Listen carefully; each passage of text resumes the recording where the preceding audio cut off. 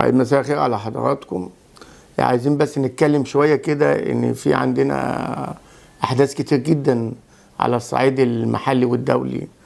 الأول بس خلينا نتكلم في اللحظة التاريخية اللي جاية دي، وأنا بعتبرها إن هي لحظات تاريخية، اللي هي انتخابات الرئاسة المصرية. أنا عايز أقول حاجة، ولازم بس يعني نتكلم مع بعض شوية كده بأريحية عشان الأمور تبقى واضحة. يعني اللي تقدم الانتخابات دلوقتي 4 منهم رئيس عبد الفتاح السيسي و3 مرشحين آخرين. عندنا أسبابنا اللي احنا بندعو وبنتكلم وبنقول إن بندعم اختيار الرئيس السيسي. ليه؟ أنا شايف إن هذا الرجل يعني بذل مجهود جبار للحفاظ على الدولة المصرية ومؤسساتها في مرحلة أنا بوصفها، وده كنا ساعتها بنقوله، يعني إن من أصعب المراحل اللي بتمر بيها الدولة المصرية على مدار تاريخها، اللي هي تحديدا تولي الإخوان الجماعة الإرهابية لمقاليد السلطة. أنا شايف إن لو لم يكن هذا الرجل تصدى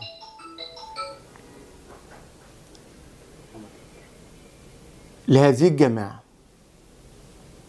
ورفض، يعني برضه كلام يمكن بيتقال أول مرة، جميع الإغراءات اللي قدمت إليه من الجماعة الإرهابية دي، وكان وافق إن هو يبقى وزير الدفاع هذه الجماعة الإرهابية، ما كانش اللي احنا دلوقتي وصلنا له كدولة اللي هنتكلم فيه على مدار الحلقة، يعني والإنجازات اللي تمت واستعادة مصر الدور الإقليمي والدولي وعلى جميع المستويات، ما كانش ده حصل.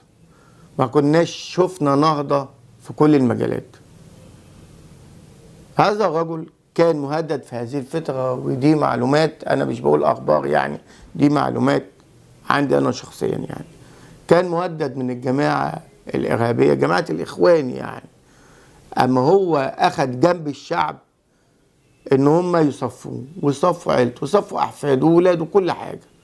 هذا الرجل شاف إن الظهير بتاعه هو المواطن العادي، المواطن المصري، وقف قدام هذه الجماعة. طب خلينا نتخيل مشهد بقى لو الرئيس عبد الفتاح السيسي ما وقفش بجانب الشعب. دلوقتي كنا هنلاقوا إن مصر دولة متطرفة دينيا، جميع الجماعات الإرهابية على مستوى العالم هنا، ما كناش هنبقى بعيد قوي قوي يعني عن أفغانستان واللي بيحصل فيها. والعلم حضراتكم يعني في أواخر حكم الإخوان أيام ما محمد مرسي كان متولي مقاليد السلطة، كان خيرت الشاطر بيؤسس إنشاء كلية حربية كان هيستخدم فيها جميع الإرهابيين على مستوى العالم، ويعمل جيش موازي يحارب بالجيش المصري، وتوصم مصر بأنها دولة جمعت الإرهابيين من جميع دول العالم وعشان يبقوا يتجمعوا هنا. ده أنا بقول، أنا بوضح يعني إن المخاطرة الكبيرة اللي هو دخل فيها هذا الرجل حماية للبلد. احنا بصينا الارقام من ساعه تولي رئيس مقاليد السلطه، ارتفعت، معدل النمو ارتفع، مشاريع قوميه على مستوى كتير من المجالات، كهرباء وميه و في نفس الوقت اما الانجازات والمشاريع القوميه اللي هو بيدخل فيها بتزيد، هنلاقي إن المخاطر الخارجية والأعداء الخارجيين والجهات المعادية للدولة المصرية بيزيدوا. ليه؟ يعني هم مش عايزين مصر تتقدم، هم مش عايزين مصر تمشي على الطريق السليم. لغاية موضوع كورونا وكوفيد 19 2021 اللعنة دي أصابت كل دول العالم، يعني دي أزمة أصابت. حصل تأثير عندنا شوية، بس أنا لازم أقول برضو شهادة حق، يعني إن تأثير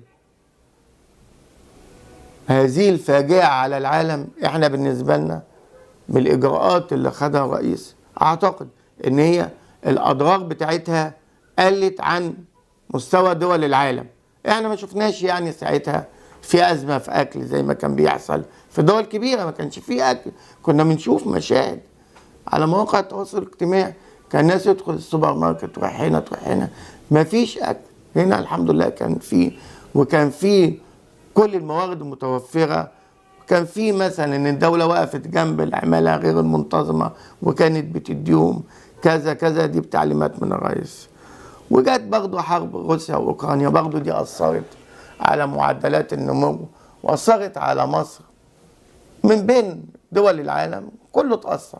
فاحنا عندنا مشاريع قومية كتير جدا على مستوى المجالات كلها، منها مثلا مشاريع الطرق، في مصانع، في استصلاح اراضي يا جماعه، في استصلاح اراضي.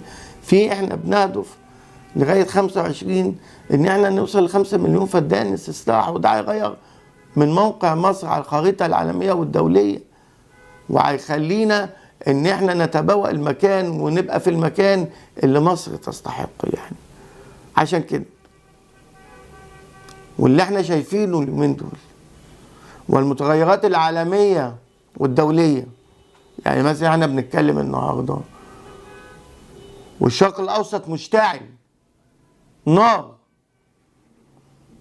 أمريكا قاعدة تبعت أساطيل حربية، بريطانيا قاعدة تبعت، ادي الصهاينة والإسرائيليين قاعدين يضربوا في الشعب الفلسطيني الأعزل. مخطط ومؤامرة عايزين يجروا مصر ليها. أنا أعتقد إن الرئيس واعي وكان تصدى لهذا الموضوع من زمان، وواعي تماما للمخطط اللي بيحصل. إن هي القصة كلها إن هم عايزين ياخدوا مننا سينا، عايزين يستولوا على سينا تاني. إحنا خدناها بالحرب، هم عايزين ياخدوها بمخططات وتؤامرات دول عظمى زي ما أنا قلت كده، أمريكا، بريطانيا، إسرائيل، ويهجرهم ويعملهم. لازم يبقى فيه رجل قوي على رأس الدولة لمواجهة هذه التحديات. ده أعتقد إن هو وبنسبة كبيرة جدا بيتوسم وبيتمثل في الرئيس عبد الفتاح السيسي. ليه؟ هو يعلم بالمخططات اللي بتتم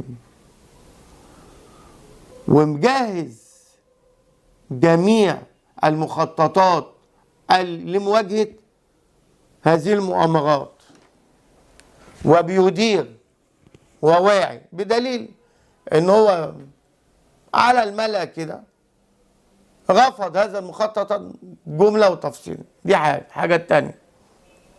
في اجتماع مجلس الأمن القومي كان فيه قرارات صريحة جدا جدا جدا من الرئيس ان هو ما انفرطش في اي حبة من تراب الارض، وده مش وارد. بس احنا شايفين المتغيرات ان في خطط شيطانية عشان يجروا مصر للصراع، وبعدين يهجروا جزء من شعب غزة لهنا. هذا الكلام غير مسموح به اطلاقا. عشان كده انا قلت في اول الحلقة ووجه كلام لحضراتكم ان في مخططات ومؤامرات، وهذا الرجل اللي احنا بنأيده. مش عايزين الخلافات الداخلية اليومين دول اللي هي بتحاول تزرعها جماعة الإخوان الإرهابية ما بين فصائل الشعب المصري ان هي تأثر علينا. في مخططات، في مؤامرات عشان يوقعوا الدولة المصرية ويوقعوا مؤسسات الدولة المصرية. أعتقد إن المواطن المصري اللي هو يعتبر الظهير الأول للدولة أولا، والرئيس ثانيا،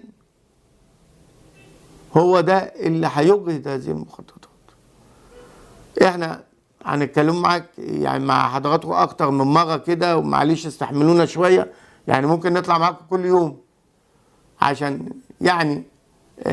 عشان نوضح بعض الامور، يعني لان في بعض الامور يجب ان توضح على الملأ.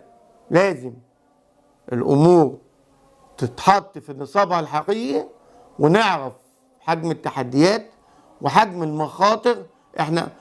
احنا مش بندافع عن الرئيس ولا بننافق، احنا بنقول ونوضح المخاطر اللي فيها الدولة ومؤسساتها والمواطنين في مخططات ومؤامرات لإسقاط هذه الدولة.